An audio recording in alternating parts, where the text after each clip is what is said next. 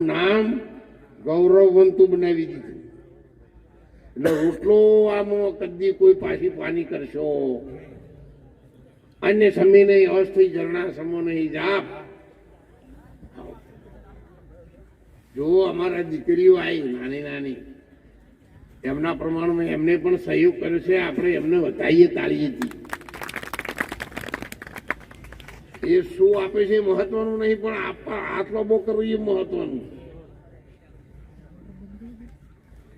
દાન માનો કે કોઈનું મન ના માનતું હોય તો ના હાલે તો કોઈ હોતો નહીં, પણ જે હાલે છે ને એનો ઓમ ના કરજો તો થોડી આખા માવથી વધારે દોન તમે આલ્યું એવું મન છે. આ રમાબેન નું કામ છે, આ બાપા ધણી નું કામ છે. એટલે એમાં આપણે કોઈને વચમાં આવવાની જરૂર પણ સહયોગ કરજો સાહેબ. અને ભાદરવી પૂનમ આવે ત્યારે આપણે 2 માળ બનાવવાનું નક્કી કર્યું છે. એ આપણે બનાવી અને આપણા ગુજરાતી ભાઈ બહેન દીકરીઓને રહેવા માટે સારી વ્યવસ્થા પૂરી પાડીએ. એમને જે તકલીફો પડી છે એમાં ઓછી કરીએ. એમાં તમે બધા ભાગીદાર થશો એવી મને રામદેવજી મહારાજની કૃપાથી આપણા સૌના ઉપર વિશ્વાસ છે. અને જરૂર આપ તન મન ધનથી જે શરીર કરજો. આપણને ભગવાને આલ્યું હોય ને તો ખાલી 1000 રૂપિયા કહું છું, પણ 25,000 રૂપિયા દાન કોઈના મા બાપના નામ ઉપર રૂમ જો કોર્ટમાં વધારભાઈને હતા એ વધારભાઈને 4 ભાઈઓના નામ ઉપર 4 રૂમો બનાવવાનું કહ્યું છે. 4 ભાઈઓના નામ ઉપર 5,51,000 રૂપિયા એક રૂમના અમે આપીશું. પણ મહારાજ અમારા 4 ભાઈઓની યાદગીરી હાથ સુધી ઉદી રહે એટલા માટે 4 રૂમ એમના ભાગીદાર એક વરધાજી માળી છે એમને પણ કહેલું છે. એટલે આપણા કેટલાક બનાસકાંઠાના કેટલાય ભાઈઓએ અંદર મદદ માટે કહેલું છે. પણ જેમ જેમ આપણે કામ કરીએ એમ એમની મદદ મંગાવી લઈએ. તમારે પણ તમારા ગામના માણસોની મદદ ભેગી કરવાની, મદદ આપવા માટે મને રૂબરૂ જ બોલાવવાની. તો તમે 5-10 જણા ભેગા થઈને આશ્રમમાં આવજો. કોઈ પણ માણસને ઓળખ્યા વગર મદદ આપશો આ તમારે પાકું રાખવાનું. કેટલાય અનુભવ થઈ ગયા છે, માથાના વાળ ગરી ગયા એટલા. તમારા પૈસા સારા માર્ગે વપરોય. સોરાપુરના સંતોને કહું છું, જયગોલના સરપંચ સાહેબને તો કોઈ કહેવા જેવું છે જ નહીં, એ તો માસ્ટર ડિગ્રીના. એટલે સાહેબ આટલા આખા એરિયામાં મોટામાં મોટું ગોમ જયગોલ પહેલેથી હતું અને 3 ધાનેરીઓ. આ બધાને છોકરાઓનો મેં બધાને નોકરી મેં જ રાખ્યા હતા. શિપુલે એમ એ ઉથારનો છોકરો તો નારાયણ આપણો ભાગોદરનો હોય. પછી સરદાર પોત્રોડ ધાનેરીનો, એક બીજો સરદાર નેનો હતો ધાનેરીનો. એ બધાને નોકરી મેં જ રાખેલા હતા.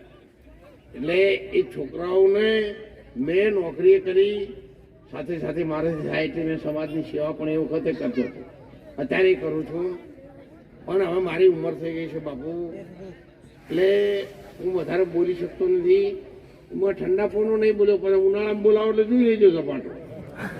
અત્યારે થોડી બીક લાગે. પેલું પાછું સવારે રણુજા જવું છે, ચોક આખું પાછું થાય તો પેલું ફોર્મ જબરદસ્ત છે.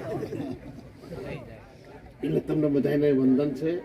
સૌને મારા, હું આપ સૌની વચ્ચેથી નીકળી જઈશ ત્યારે ઉનાળાના કોઈ પણ સારા કાર્યક્રમમાં મને યાદ કરજો. હું આવીને ઊભો રહીશ. તમે એવું ન માનો દોલતરામ મહારાજ આવશે તો આપણે મોટું બસકું બંધાવવું પડશે. બાબુ પહેલાં હું તો 20 રૂપિયામાં 10 રૂપિયામાં આવેલો છું. અત્યારે કમ નહીં આવો તો હું સમાજની સેવામાં આવી રૂમ વાની છે. હું રાજુને અમારા છોકરા 20 તૈયાર થઈ જાય ને 500 રૂપિયા આપશે તો એક ધણી ના લે કે એટલા છોકરા મને હાલશે. એટલો મને છોકરા બધા દીકરા ઉપર આ ઉઘાડા માથાવાળા બે બધા ઉપર વિશ્વાસ છે. અને અત્યારે તો ભગવાન એમને ઘણું હાલ્યું એટલે પાછું કોની કરવાની નહીં. એટલે તમે તાર કોમ હોય તો મને બોલાવવાનું. કોઈ દાડો એવું મનમાં ધારશો નહીં કે મહારાજ આવશે તો આપણે શું આપવું પડશે કે કેટલા પૈસા લે કે એ વાતો બધી જતી રહી. જૂનો જમવાનું થઈ છે. પણ હું આપણી સેવામાં આવીશ. પણ 15 દિવસ પહેલા તમારે કોઈ આવું આકસ્મિક કોઈ દેવ થયું હોય ને ફોન કરો, મારી જગ્યાનું હું આવી જવું રસ્તો શું છે. બાકી તો બધા કાર્યક્રમો બુક થયેલા હોય છે. એટલે હું સૌને વિનંતી કરું છું, ભાઈઓને બહેનોને, જુવાન દીકરાઓને ખાસ ગમે તે કરજો. પણ તમારા મા બાપે જે મકાન બનાવ્યા છે ને એના કરતાં પણ ઘણો 1000 ગણો સારા મકાન બનાવી શકો એવા રસ્તા ચાલજો. હું આડાવડું ચોક પરચોની ભૂલ થતી હોય ને તો કાઢજો, પણ મોડું નહીં થઈ ગયું. તમે છોકરો છો હજુ, તમારું મોચમ હવે શરૂ થશે ને અમારું મોચમ પૂરા થવા આવ્યા છે. લાખો છેતર તમારે બાકી છે. એટલે ભાઈઓ બહેનો દીકરીઓ બધા ચોક ભૂલ થતી હોય તો અટકાઈ દેજો, એટલે રહી જજો, નવું જીવન શરૂ કરજો. ભગવાન તમને સુખી કરે. ઢોરે માનવી ખેતરવાડીએ નોકરી ધંધામાં લીલા લહેર થાય એવા મારા અંતરથી, મારો અંતર બોલે છો. દોલતરામ મહારાજની જીભથી નહીં બોલતા, હું તમારા માટે મારા અંતરથી બોલું છું. અને અંતરથી મારો દેહ રહે ત્યાં સુધી તમે અત્યાર સુધી મને સાથ આપ્યો છે, છેલ્લા શ્વાસ સુધી તમે મને સાથ આપજો એવી આશા સાથે બોલો રામદેવજી મહારાજ કી જય.